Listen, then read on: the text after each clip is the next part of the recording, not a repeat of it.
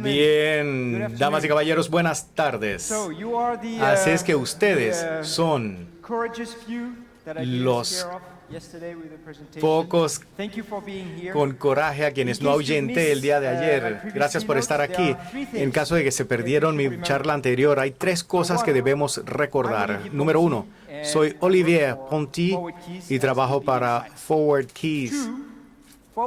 Dos, Forward Keys es una compañía de análisis sobre viajes, sobre datos de viajes. Tres, si quiere reconocerme con la máscara más tarde en la noche, busque el cabello gris bien loco, que no me confundan con el fabuloso cabello de Arturo. Pero gracias por quedarse con nosotros durante el resto del día y por favor vengan a conversar conmigo si es que no ha tenido la oportunidad de hacerlo. El plan para el día de hoy es ver cómo los datos de destinos pueden ser un cambio en el juego para los inversionistas. Y antes de hacer esto, me gustaría comenzar con una breve historia sobre los días más tempranos de la pandemia. En este momento, como en muchos negocios a lo largo y ancho del ecosistema de viajes, mis colegas y yo estuvimos bajo gran presión. Y eso es entendible porque cuando usted ha construido un negocio que consiste en vender datos e información sobre viajes aéreos, en un momento cuando los vuelos han sido cancelados y la mayoría de los aviones están en tierra, entonces usted tiene un problema. Y con seguridad en el primer mes de la pandemia, perdimos algunos clientes grandes, principalmente del sector del turismo, de viajes, algunos minoristas y algunas instituciones financieras. Algunas instituciones financieras nos ayudarían a salvarnos, a hacer que el 2020 fuera el mejor año hasta la fecha. En un momento sin precedentes, los inversionistas buscaban información alternativa y querían que esta información fuera fresca, por las que la situación estaba cambiando a un ritmo muy acelerado. Por esta razón, vinieron a nosotros y no solamente actuaron como en calidad de nuestro chaleco salvavidas, diría yo, para esta crisis, pero también nos ayudaron a preparar el futuro porque nos ayudaron a entender el valor de nuestra información, la manera en que ésta se podría utilizar por parte de instituciones financieras, inversionistas, y los inversionistas entendieron lo que teníamos que hacer para que esta información estuviera a su disposición. Entonces, se puede decir que esta crisis ha sido de gran ayuda, pero antes de avanzar más, quisiera hacer un experimento aquí. Rápidamente, sé que está tarde, acaban de almorzar, pero quisiera saber quiénes están aquí en esta salón. Voy a hacer 3 preguntas a ustedes y quisiera que se pusieran de pie si están de acuerdo con la siguiente afirmación. Primera afirmación. Mi compañía hace uso de información anterior para tomar decisiones del negocio. Por favor, póngase de pie si considera que esto es cierto. Estaba tal vez esperando que todos se pusieran de pie. Es decir, no están usando información histórica. Ok, bueno. Segunda afirmación. Mi compañía usa información o datos en tiempo real para tomar decisiones empresariales o de negocios. Por favor, póngase de pie si este es el caso. Ok, muchas gracias. Tenemos más personas poniéndose de pie. Y tercera afirmación. Bueno, ustedes también ven que puedo predecir el futuro. Mi compañía utiliza datos e información a futuro para tomar información de futuro para tomar decisiones empresariales. Muy bien.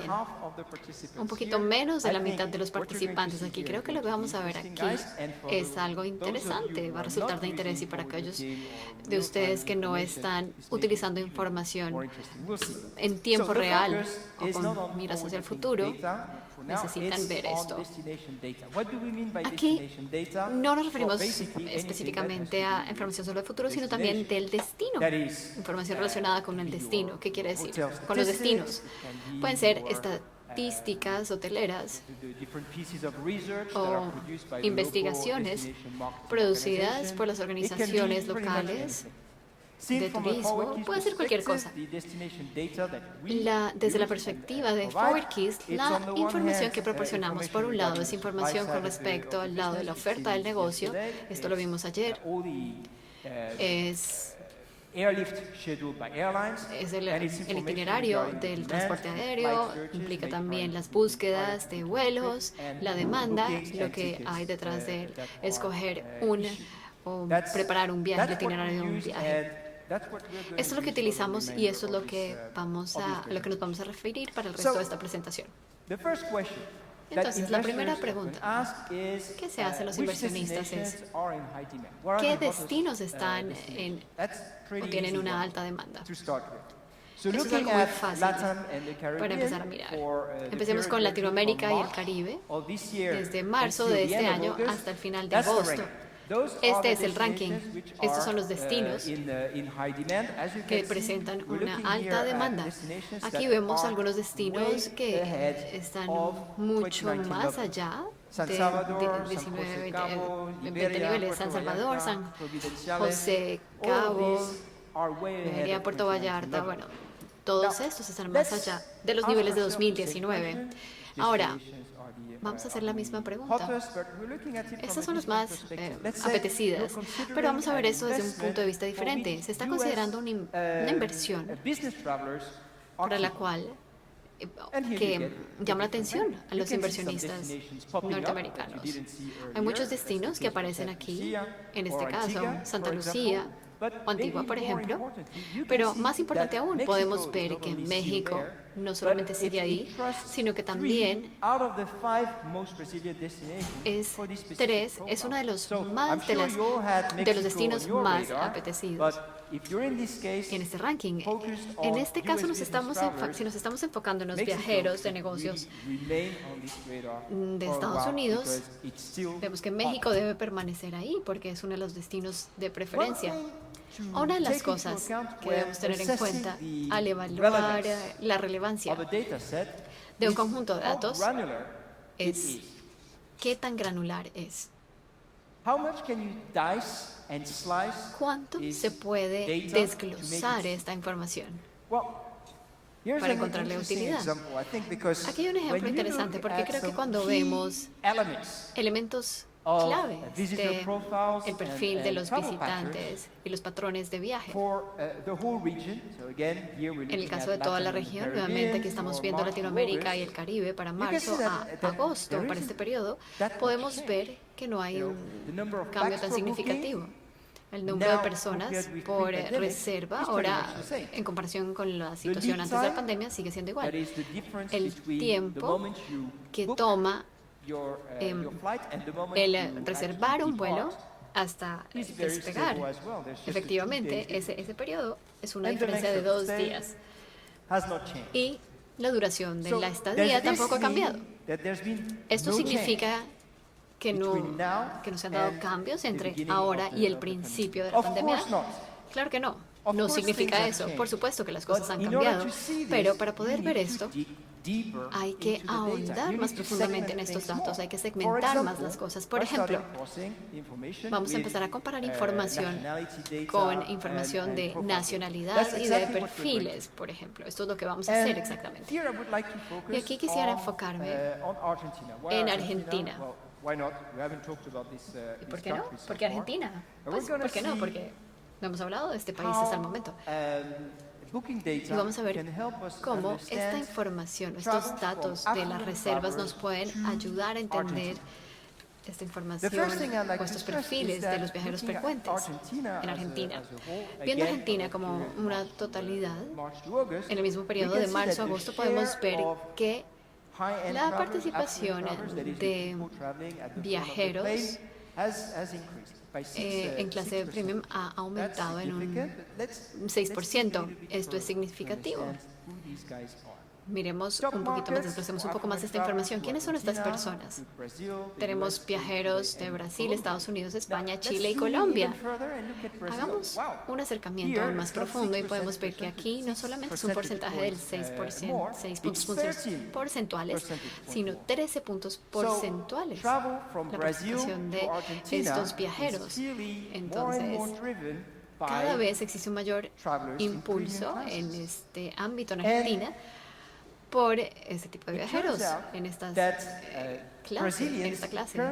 Y parece que los brasileños representan el 31% de todos los viajes premium a Argentina, que es mucho más alto que el porcentaje previo a la pandemia, y es incluso más alto que para Estados Unidos o para otros destinos que podemos encontrar en algunos otros mercados que vemos en esta diapositiva.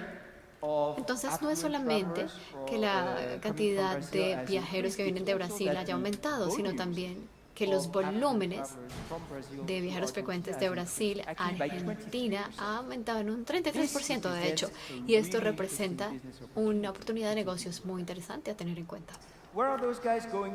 ¿Y a dónde van en Argentina estas personas, estos viajeros? Ya tenemos un clúster de Brasil y Estados Unidos. Estos constituyen la mayoría de viajeros hacia Argentina. En esta clase premium vemos que van a Buenos Aires, San Carlos de Bariloche, Ushuaia, Mendoza, y estos lugares con un buen suministro o una buena oferta de resorts y propiedades de lujo. Entonces ya sabemos quién se va a beneficiar de esta información. Otra manera de ver la información es cómo se puede capitalizar. ¿Cómo se pueden capitalizar las estadías más largas? Para esta quisiera referirme a Brasil, esta vez como destino. Pues no hemos hablado de Brasil aún. Aquí podemos ver un cambio significativo en las estadías largas, en esta categoría de estadías largas. Ha pasado del 25% al 46%, y se podría pensar, wow, es una bonanza para Brasil. Tantas personas quedándose por tanto tiempo van a gastar mucho dinero, pero hey, mire, 50% de estos viajeros vienen a visitar familiares, amigos, y no van a gastar un montón de dinero. Es decir, que el dinero está más en ese 46% que viajan por placer. ¿Quieren saber entonces a dónde? ¿A dónde van? En suma, no solamente es a Brasil en general o el que se está beneficiando, sino el sureste, Belo Horizonte, Goiânia, Porto Alegre, Vitória, Curitiba. Y es aquí donde se va a generar el gran porcentaje de ingresos. Vamos a utilizar la información también para encontrar dónde están esas nuevas estrellas emergentes para conectividad. ¿Dónde se están transfiriendo las personas? ¿Dónde están trasladando las personas? Panamá es el lugar perfecto, el ejemplo perfecto. Debemos hablar sobre Panamá y cómo funciona esto. Viendo los mismos meses, de marzo a agosto, podemos ver que el número total de viajes que implican una transferencia, una parada en Panamá, va a aumentar en un 65% en comparación con los niveles prepandémicos. Esta es una diferencia significativa y vemos muchos traslados o transferencias desde Cuba, Nicaragua, Costa Rica y Guyana. Esto realmente no es sorprendente. Nicaragua tiene una política de visa para cubanos, lo cual ha impulsado significativamente la demanda. Costa Rica suspendió su conexión directa con Cuba en 2019 y no se ha restablecido desde entonces. Por ende, se da esta relevancia del que es Panamá y Guyana también. Representa este valor que tiene Panamá como país donde se hace una escala. Todo esto representa oportunidades de negocios para los operadores en esta industria. Esta información es muy importante, que generalmente no es tan fácil de detectar. Y como nota paralela también podemos ver que la cantidad o el porcentaje de viajeros en clase premium también ha aumentado. Bueno, vemos las estrellas emergentes, pero también quisiera enfocarme en la relevancia de los aeropuertos secundarios. De alguna manera es fácil tener a Panamá en el mapa, especialmente cuando uno está en Panamá. Tiene al ministro de Turismo de Panamá aquí en la tarima para explicar, o en la tarima, o explicando en general qué tan fantástico es este destino y todo lo que están haciendo para impulsar la infraestructura. Es fácil entonces tener a Panamá en el radar, pero ¿qué pasa con los demás? Enfoquémonos en Pereira, en Colombia. Ese es un gran ejemplo. Para ser completamente franco con ustedes, yo nunca había oído hablar de Pereira antes de trabajar en esta presentación. Y ni siquiera me da pena admitirlo, porque creo que esto enfatiza exactamente lo que quiero decir, el punto que quiero enfatizar. La información es increíblemente útil para concentrar la atención o atraer la atención en cosas que no teníamos en el radar. Por ejemplo, Pereira. Ver la evolución de la capacidad en el caso de Pereira, podemos ver que desde abril del año pasado está por encima de los niveles prepandémicos. Es decir, muchísima gente está viajando a Pereira. Y si nos remitimos al sitio de UNESCO y la experiencia de una zona cafetera, los amantes del café están viajando allá porque es una zona de libre comercio, el cual atrae a los viajeros. De cualquier manera, vamos a ver que aquí está ocurriendo algo y esto confirma que, bueno, estamos viendo tiquetes y reservas emitidas, y Estados Unidos es el mercado número 1 para este destino. 51% de todos los viajeros o todos los viajes a Pereira está compuesto por estadounidenses, y es un mercado que está impulsado por viajes de placer, 73%, o también personas viajando a visitar amigos y familiares. Y si vemos esto en perspectiva, en cifras para Pereira, vemos que la participación de un viajero VFL es bajo, 18%, lo que significa que es un mercado de viajeros por ir allá a gastar algo de dinero. El último ejemplo en el cual quisiéramos enfocarnos es el monitoreo de eventos en tiempo real. Ahora, hay todo tipo de eventos que son planeados con suficiente anticipación, por ejemplo, en los Juegos Olímpicos, eventos en UNESCO, etcétera. Pero también hay muchos eventos que no son planeados. Generalmente son los malos eventos. Por ejemplo, ataques terroristas, desastres naturales, la pandemia y demás. E incluso si es un evento que ha aparecido o de manera recurrente, un huracán, algo así, algo que ya había ocurrido antes, es difícil que un evento específico pase en un destino específico, en un momento específico en el tiempo. Es muy difícil prever cuál va a ser el impacto de este evento, simplemente utilizando información histórica. Esta información histórica no es suficiente. Aquí necesitamos información en tiempo real. Bien, para no parar con una nota malísima sobre desastres naturales, me gustaría enfocarme sobre un evento positivo, o mejor dicho, una serie de eventos pequeños positivos. La recuperación del viaje de Reino Unido hacia Latinoamérica y el Caribe. Podemos ver que cada vez que se levantaron restricciones de viaje, por ejemplo, el 28 de octubre, cuando la lista roja muy criticada fue levantada, tuvimos una enorme alza en los viajes del Reino Unido a Latinoamérica. De igual manera, en febrero, cuando se retiraron las pruebas de COVID, entonces también antes del periodo de Pascuas o de fin de año, las fiestas de fin de año, todos estos eventos muestran esa fuerte reactivación del mercado y están animando esa reactivación. Unos cuantos datos o consejos o tips que me gustaría regalarles y espero que ustedes tomen ventaja de esos datos sobre los destinos. El primero, es muy importante dividir los datos si usted quiere tener información relevante para identificar los destinos más calientes. Puede ser identificar algunos destinos que no estaban en su mapa mental y que pueden representar una buena oportunidad. Usted también necesita mantener su mente abierta